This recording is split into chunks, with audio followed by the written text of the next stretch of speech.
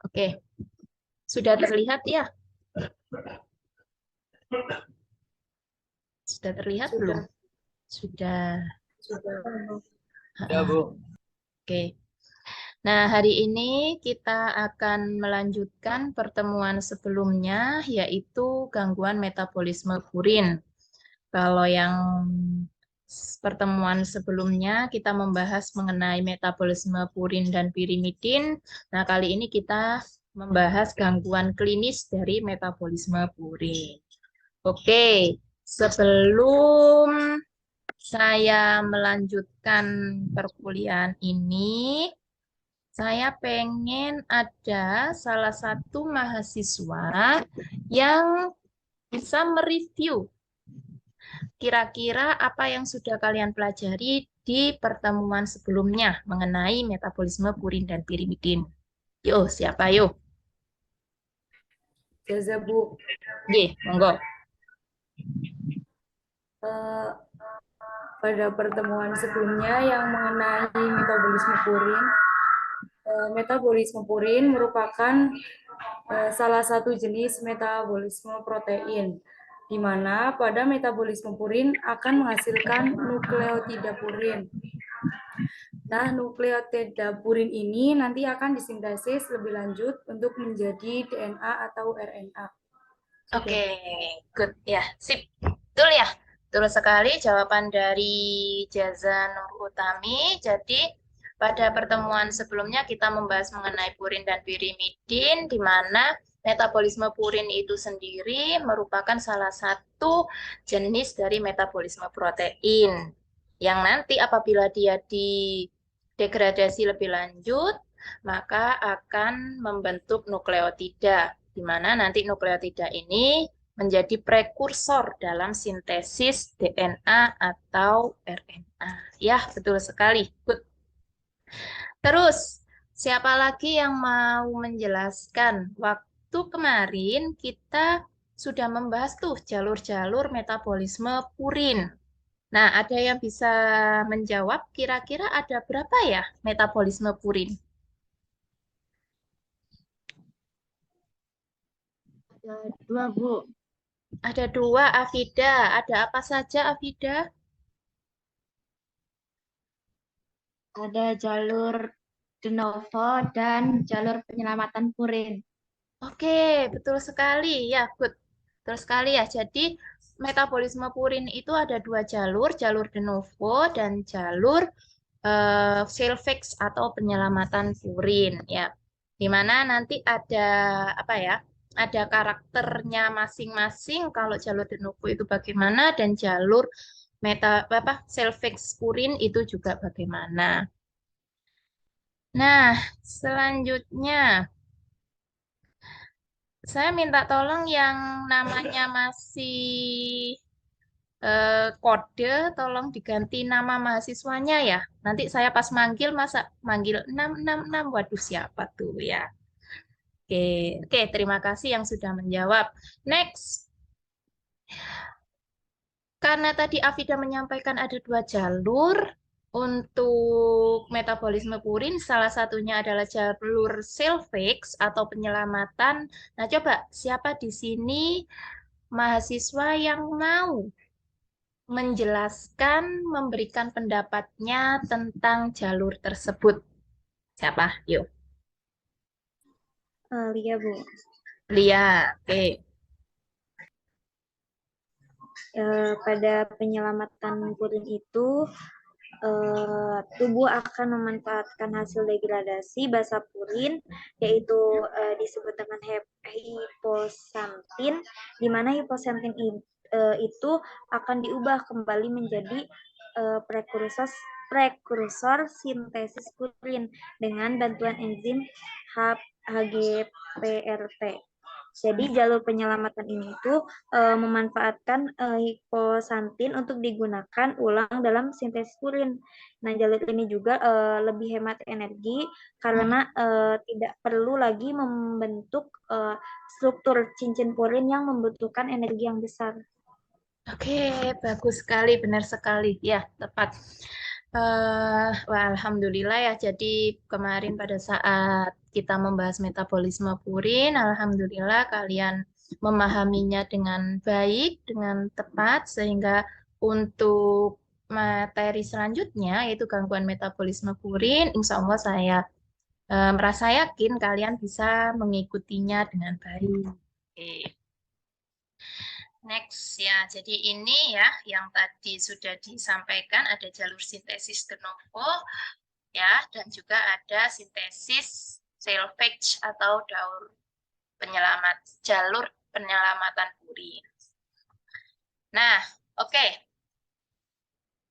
Pada pertemuan kali ini kita membahas gangguannya. Salah satu gangguan metabolisme purin adalah penyakit dengan ciri-ciri seperti yang ada di slide.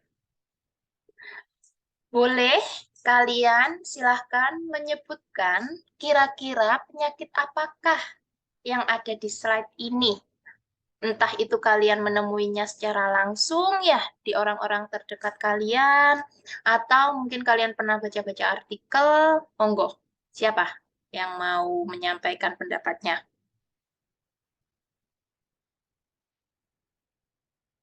Ciri-ciri penyakit apa ya ini ya? Ada benjolan, benjolannya itu sampai bernanah ya, bendol-bendol semuanya di kakinya, di tangannya, terutama di persendiannya. Kira-kira ini penyakit apa ya?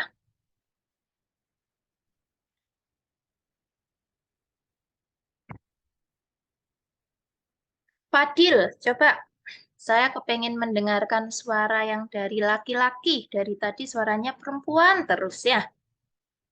Ayo Fadil, kira-kira kamu pernah nggak ya melihat ciri-ciri penyakit ini tuh? Halo Fadil. Kayak penyakit bisul, Bu. Bisul. Oke, kata Fadil ini penyakit bisul ya. Terus, laki-laki yang satunya, Mas Niam.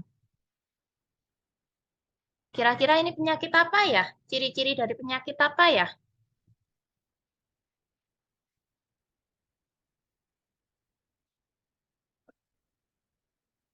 Halo, Mas Niam?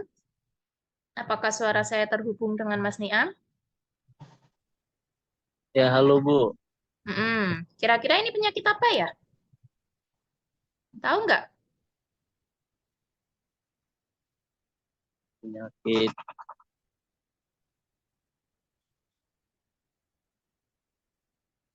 Penyakit apa ya? Yang diketahui. PTN bukan sih, Bu? Apa? Yang PTN, Bu. PTM. Penyakit Iya, tidak Bu. menular. Ya, ini Iya, Bu. merupakan salah satu jenis penyakit tidak menular. Ya, tapi apa namanya? Namanya. Kalau tadi kata Mas Fadilnya itu bisul, ya. Apa ya kira-kira namanya?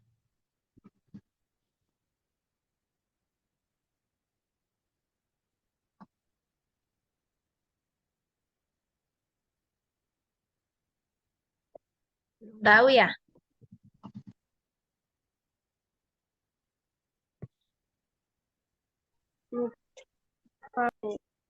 Lupa, ya. Pernah melihat tapi lupa namanya, gitu ya. Iya, Bu.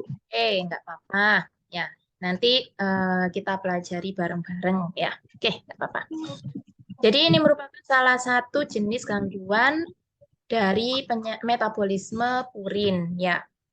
Nah, maka dari itu di perkuliahan hari ini tujuannya adalah tujuan pembahasan perkuliahan hari ini yang pertama, mahasiswa mampu memberikan contoh-contoh dari penyakit klinis terhadap gangguan metabolisme purin.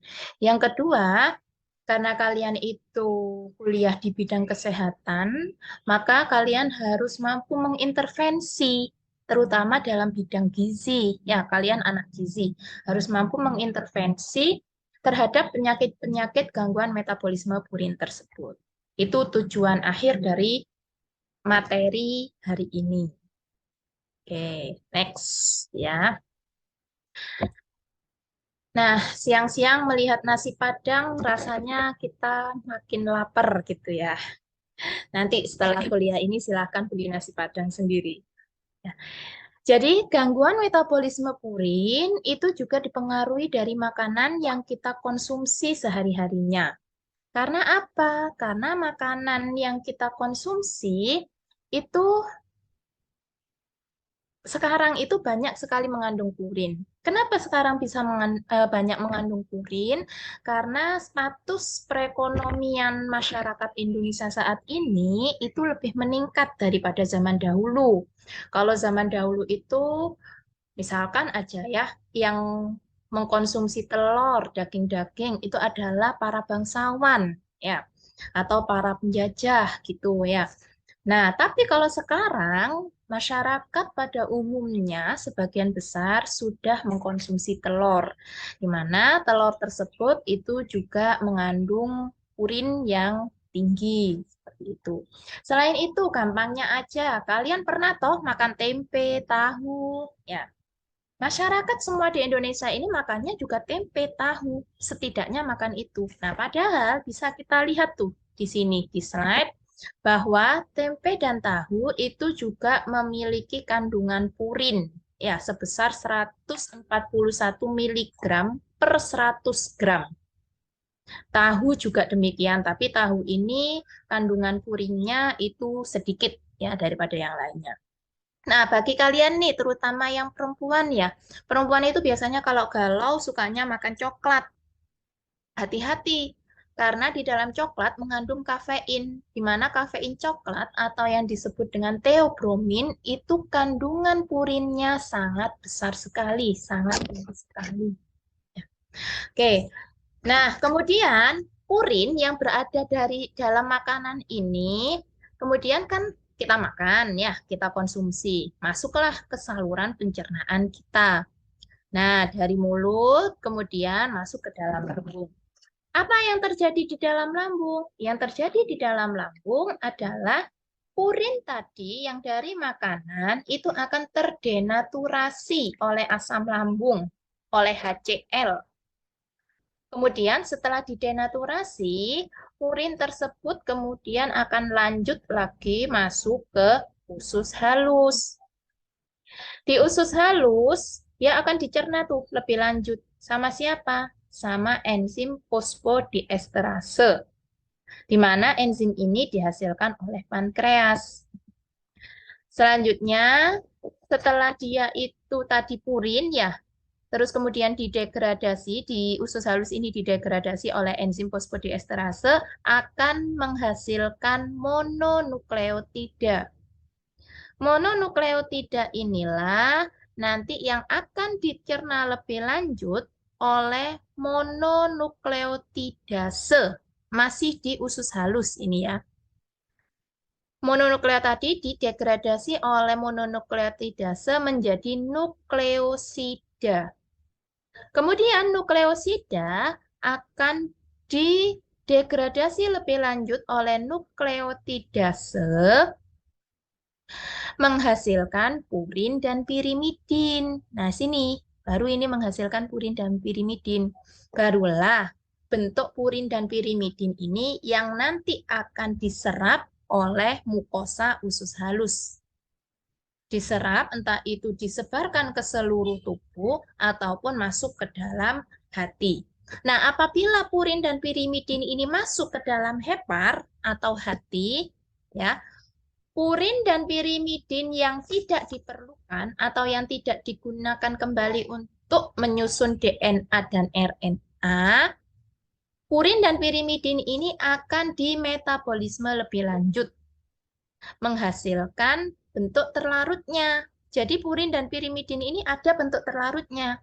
Apa bentuk terlarutnya? Yaitu asam urat. Dia mudah larut dalam air. Sehingga ketika dia mudah larut dalam air, ketika disekresikan melalui ginjal, dia akan ikut terbawa oleh urin. Nah, sekarang nih saya mau nanya. Kan tadi ini hasil dari metabolisme purin dan pirimidin di dalam hati itu adalah asam urat. Ya. Kalian pernah nggak mendengar penyakit asam urat? Pernah nggak mendengar itu? Pernah. Nah, Bu. Pernah. Kira-kira Iya. apa ya yang kalian ketahui tentang perbedaan asam urat ini dengan penyakit asam urat? Apakah asam urat hasil metabolisme purin dan pirimidin ini termasuk penyakit tadi? Siapa yang mau menjawab? Lia, Bu. Gimana? Kalau pendapat Lia sih, kalau itu kan hasil dari metabolisme kan asam urat.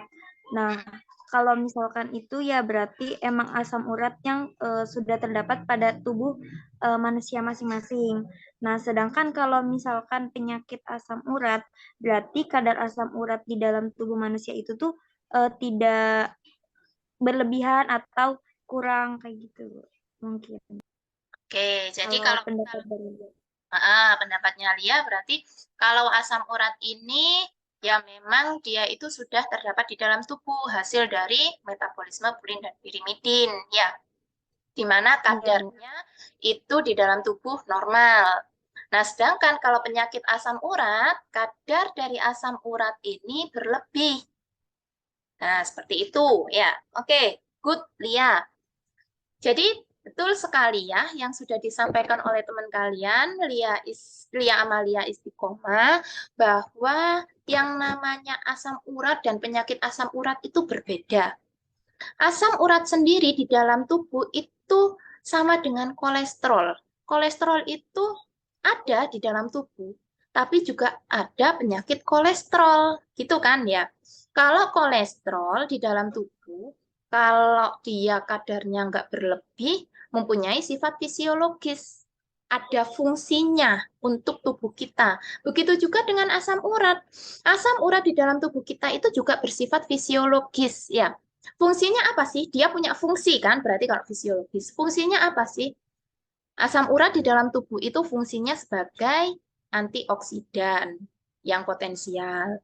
Kemudian dia juga support sistem imun ya yang berkompeten dan lain sebagainya. Sehingga keberadaan asam urat ini kalau dia itu dalam kadar yang normal, dia itu sangat penting bagi tubuh kita. Nah, tapi yang berbahaya itu apabila tadi yang sudah disampaikan Lia, bahwa kalau kadar asam uratnya itu berlebih, ya, jumlahnya itu berlebih di dalam tubuh kita, maka itulah yang akan membentuk suatu penyakit. Dia akan membentuk suatu kristal monosodium urat, di mana kristal tersebut itu apa ya?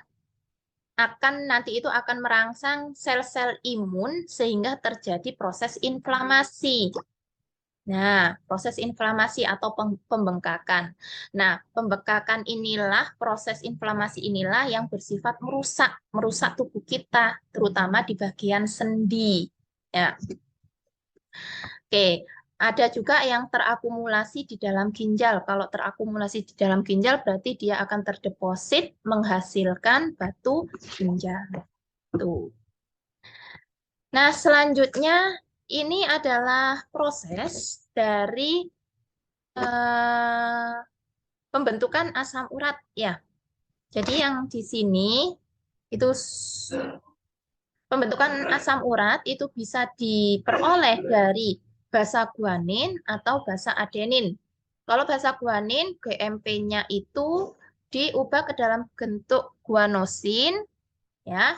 Guanosin kemudian diubah dalam bentuk guanin, kemudian guanin akan mengalami deamonisasi menghasilkan santin. Santin akan diubah ke dalam bentuk terlarutnya, yaitu asam urat dengan bantuan santin oksidase. Tapi kalau bentuk adenosin, ya, jadi prekursor awalnya itu adalah AMP, adenosin monofosfat diubah ke dalam bentuk IMP, inosin monofosfat. Nah, baru kemudian diubah ke dalam hiposantin, hiposantin diubah ke dalam santin dan asam ureat. Jadi di sini yang berperan penting dalam pembentukan asam urat adalah hiposantin dan santin. ya, senyawanya. Nah, enzim yang berperan adalah santin oksidase. Makanya waktu kalau kita misalkan ke rumah sakit gitu ya. Kalau kita misalkan ke rumah sakit ada tetangga atau teman kita ya yang terkena asam urat. Nah, pasti yang dikasih sama dokter obatnya itu adalah jenis allopurinol. Jadi obat ini adalah obat penghambat, obat inhibitor dari kerjanya enzim santin oksidase. Kalau enzim ini dihambat, maka proses pembentukan santin dari hiposantin itu tidak akan berjalan. Begitu juga proses pembentukan asam urat dari santin itu juga tidak akan berjalan. Karena apa? Kalau orang yang terkena penyakit asam urat, ya yang tadi yang disebutkan Lia, bahwa jumlah atau kadar asam uratnya itu sangat berlebih. Ya, oke. Nah, selanjutnya, gangguan metabolisme purin yang lainnya itu ada defisiensi adenosin deaminase, ada defisiensi fosforilase nukleosida, ada juga gout akut. Nah, kalau yang penyakit asam urat, ya penyakit asam urat yang terus terakumulasi, dia akan membentuk gout akut ini. Ya, istilahnya penyakit asam urat itu sebenarnya gout, istilah klinisnya. Ya, tapi kalau orang awam itu menyebutkannya adalah penyakit asam urat. Oke. Kemudian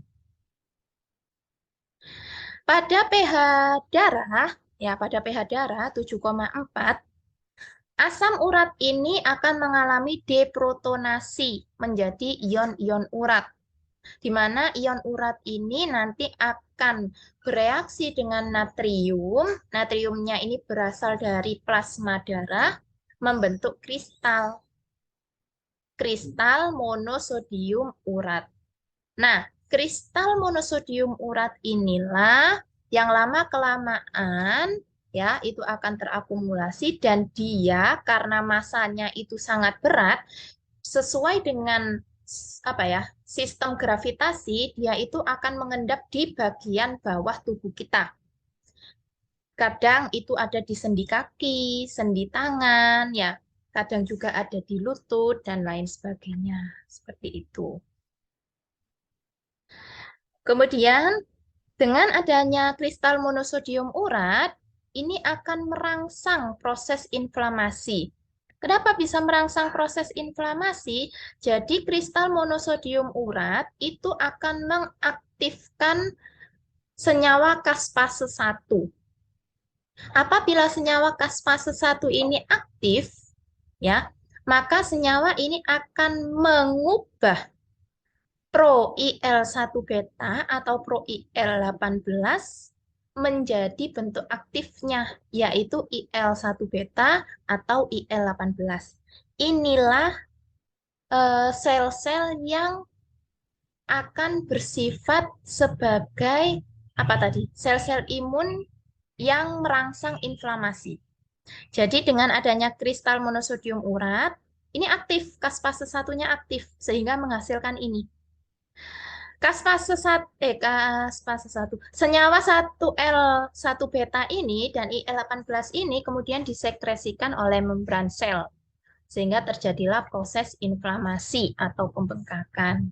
Itu yang terjadi pada gout akut. Ya. Nah, ini dia nih yang tadi di slide sebelumnya, ya, bahwa ini merupakan salah satu jenis penyakit, yaitu topus, ya, nama penyakitnya adalah topus, di mana penyakit topus ini adalah penyakit gout akut yang tidak diobati. Jadi, terjadi penumpukan di sini, penumpukan asam urat yang terus-menerus berlanjut, sehingga akan apa ya nonjol. Nah, akan menonjol gitu pada sendi dan ini akan lama-kelamaan akan merusak sendinya. Ini adalah salah satu kasus ya terjadinya asam urat. Jadi ada kakek-kakek yang datang ke klinis ya, merasakan nyeri dan jalannya juga tidak normal. Pas dicek itu ternyata ada benjolan di sendi jempolnya atau disebut dengan hallux valgus. Setelah dilakukan beberapa pemeriksaan, disimpulkanlah bahwa kakek ini itu menderita asam urat ya atau GOUT tadi. Terapinya itu ada yang dari obat-obatan, yaitu obat yang meningkatkan ekskresi asam urat karena tadi jumlahnya yang berlebih, maka harus dikeluarkan asam uratnya dengan jumlah yang banyak. Gitu. Atau juga bisa digunakan obat yang menghambat pembentukan asam urat. Nah, selain itu, kalau kita anak gizi, ya, maka terapi GOUT-nya, intervensinya adalah mengubah gaya hidup. Jadi menghindari alkohol, mengurangi makanan yang tinggi purin, ya. Terus menghindari makanan yang berkafein, olahraga teratur, dan minum banyak air putih.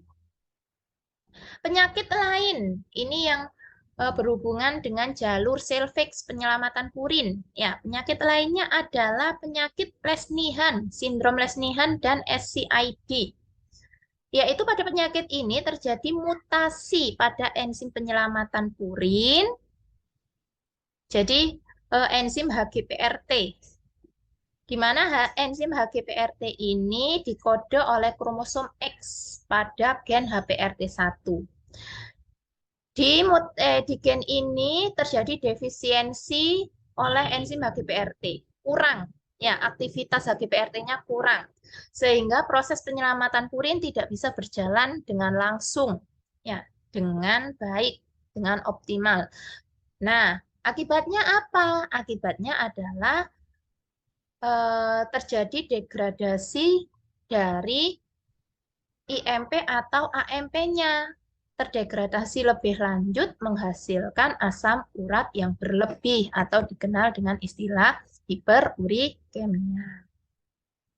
Ini adalah ciri-ciri dari penyakit Lesnihan ya, jadi dia bersifat self mutilasi, dia menciderai dirinya sendiri dengan cara menggigit ya, menggigit bibirnya, menggigit tangannya seperti itu. Nah, berikut ini adalah tugas yang bisa kalian kerjakan. Silahkan kalian nanti membentuk kelompok satu. Ini ada 3 kasus. Silahkan satu kelas ini dibagi menjadi 3 kasus ini. Jadi satu kelompok 2 orang. Ya, dibagi 3 kasus ini. Minggu depan silahkan dikumpulkan. Jadi ini sebenarnya laporan kasus ini melaporkan apa sih, penyakit apa sih?